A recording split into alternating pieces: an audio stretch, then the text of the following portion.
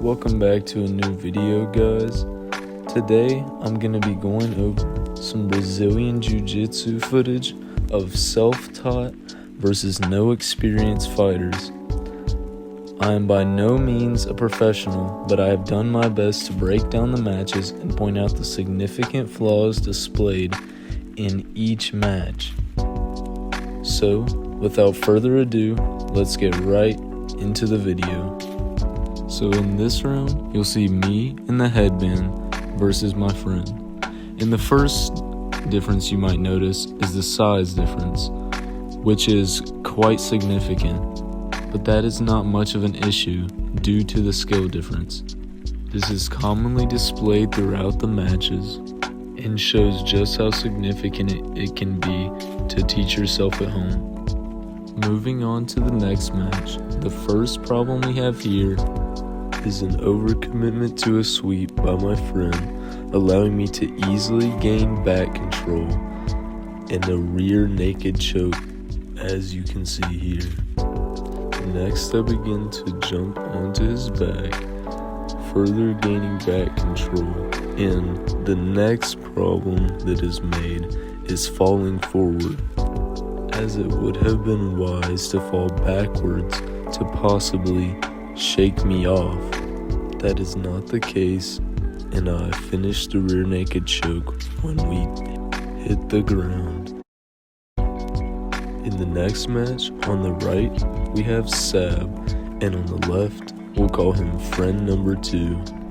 The first problem we have here is when friend number 2 shoots for a single leg takedown, he immediately puts his head down into guillotine territory, which is not good, and the match could have ended here had it been noticed.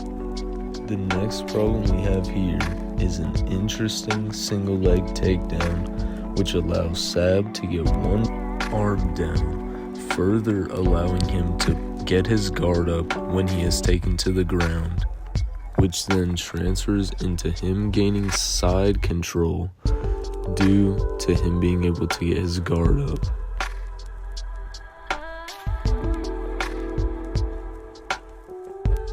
The next problem we have here is friend number 2 simultaneously lifting his back off the ground while also letting go of the hold on the neck, which leads to easy back control and ultimately the rear naked choke.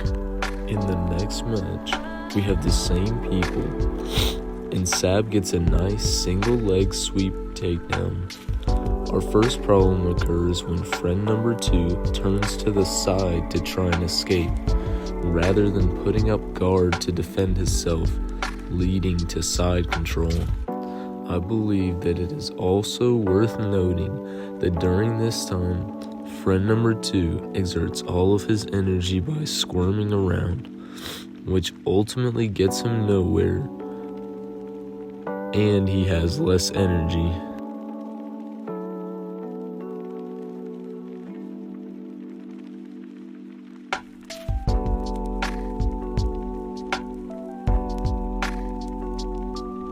Our next problem occurs when Sab attempts to put friend number 2 in an arm bar, and instead of friend number 2 grabbing his arm with his other hand to resist, he tries to sit up and is then denied.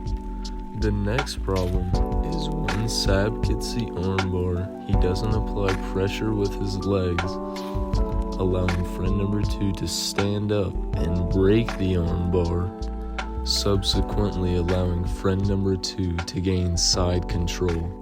But as you can see, friend number 2 doesn't get a good base and rather goes for an interesting front choke with no arms caught inside, allowing Sab to frame on his face and get in a better position on his side, ultimately eventually allowing him to get the rear naked choke once again, as you will see.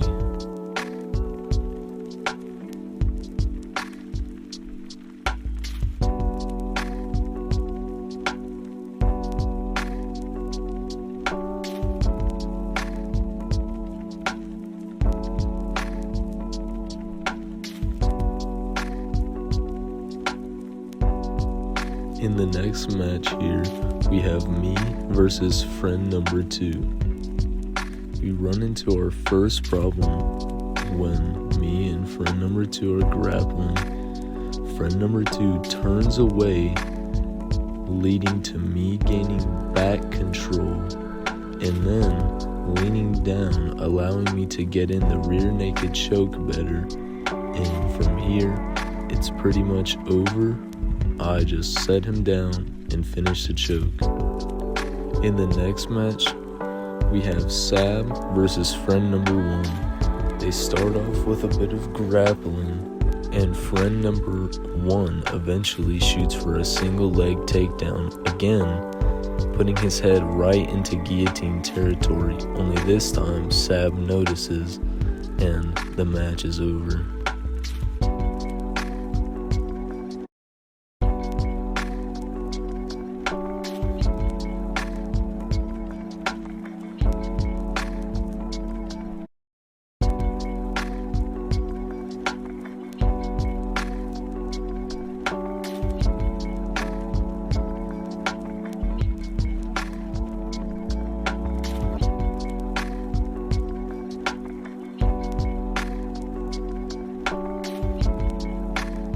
Here we've got a nice hip sweep by Sab, leading into an attempted back control, which then goes into an arm bar.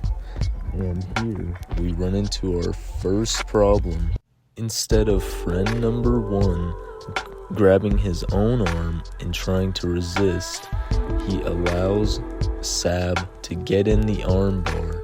But we run into the same issue where Sab does not apply enough pressure to the head, which allows friend number 1 to sit up, and it ultimately works out for him, allowing him to finish it when friend number 1 rolls over.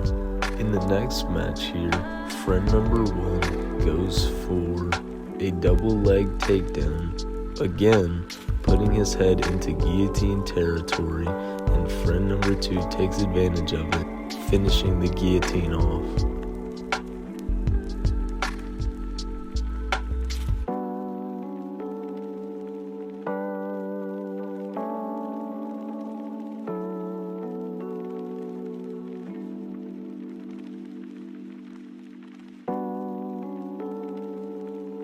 In the next match, we have me versus friend number 1, and we get into a little bit of grappling. I go for a takedown, which is ultimately stopped due to the sheer weight of friend number 1. After the failed takedown, I then go for a double leg takedown, making the same mistake and putting my head into guillotine territory, allowing myself to get guillotined. Now, luckily for me, friend number 1 is inexperienced and does not know how to properly apply pressure, so as you can see, there is some pressure being applied, but if it was proper, I would have already tapped. Then I go for a trip forwards because I don't want to go backwards, and at this point, I am just resisting the urge to tap. I begin to pry one of his hands off, and then I eventually go for the second, and that allows me to eventually escape.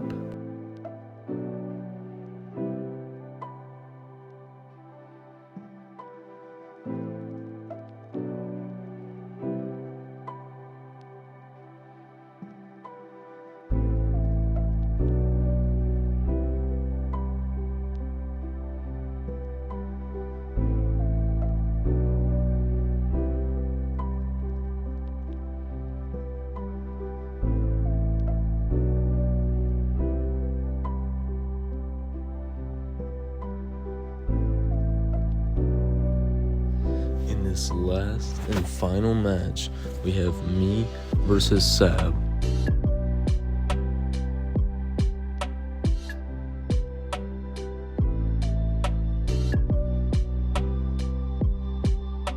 We get into a bit of a grapple, and here I attempt to sweep which is failed, leading to Sab being able to take me down and gain side control, which I then try my best to get my guard back up, and eventually, after a bit of struggling, it is successful and I throw him off the top of me.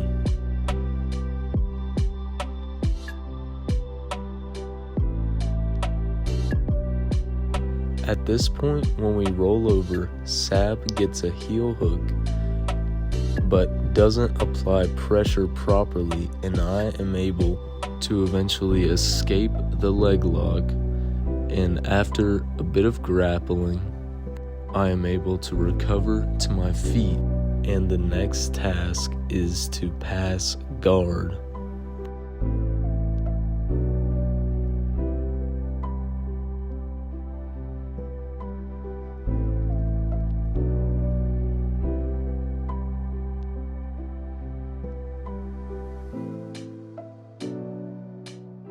Here at this moment, when Sab turns his hips, it allows me to free my leg and successfully pass guard, then going for an arm bar and finishing the match off.